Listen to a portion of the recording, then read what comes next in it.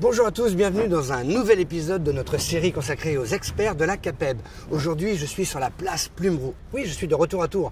Et aujourd'hui, accrochez-vous, on va parler patrimoine avec deux artisans locaux. Allez-y.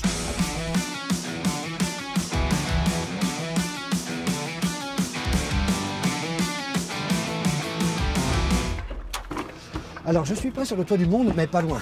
Non, en fait, je dois être à 5 mètres du sol. Par contre, je suis sur un chantier très important pour Arnaud Piquerel. Il va devoir rénover cette belle toiture. Et ça, c'est un vrai challenge. Mais déjà, faut pas tomber.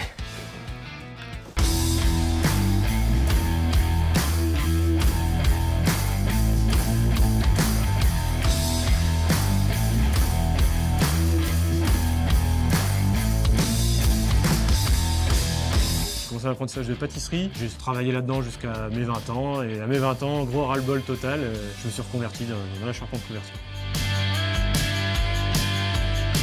Nous, on fait énormément de rénovation, donc forcément, on touche beaucoup à des vieux bâtiments. Après, le patrimoine, c'est à part, moi, ça me tient à cœur. L'avant-après, arriver que tout soit dans un état pitoyable et qu'on repart et que tout est nickel, c'est une grosse satisfaction.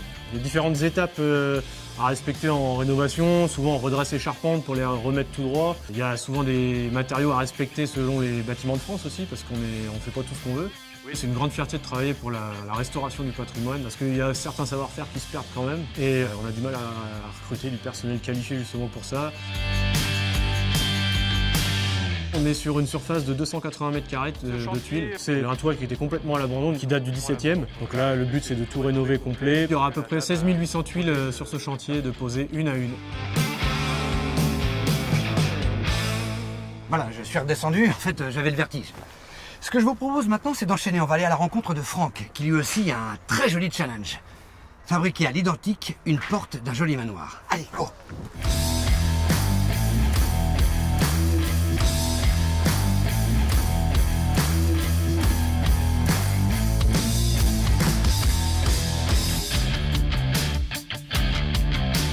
C'est un projet d'un couple qui veulent améliorer leur maison dans Tours. Ils m'ont appelé et j'ai tout de suite vu que cette porte était vraiment très bien, elle était très belle et qu'on pouvait la reproduire sans difficulté.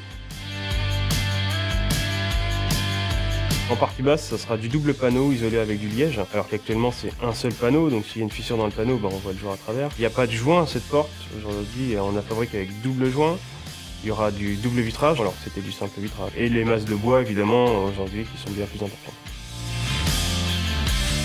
Le plaisir qu'on va avoir à fabriquer une menuiserie extérieure, c'est de rechercher à refaire la même chose à l'identique, tout en gardant l'aspect thermique d'aujourd'hui. Ça fait 15 ans que je pratique la menuiserie. Je suis tombé littéralement dans les copeaux tout petit. J'ai commencé le métier grâce à mon père, à qui j'ai racheté l'entreprise récemment. De restaurer des vieux bâtiments, c'est ce qui nous anime aujourd'hui, que ce soit des monuments historiques et en faire des logements. Ça permet de les faire revivre plutôt qu'ils soient à l'abandon, bêtement en fait. Voilà, ce que je retiens de cette journée, c'est que la préservation du patrimoine, c'est pas automatique. C'est un vrai défi. Et heureusement que nos artisans sont là pour sauvegarder les trésors de notre histoire. Voilà, c'est fini pour aujourd'hui. Je vous invite à nous suivre pour ne pas louper les prochains épisodes. Moi, je vais attendre un petit peu mon train. 18h04. Voie 1. Ou voie 2. Ah zut.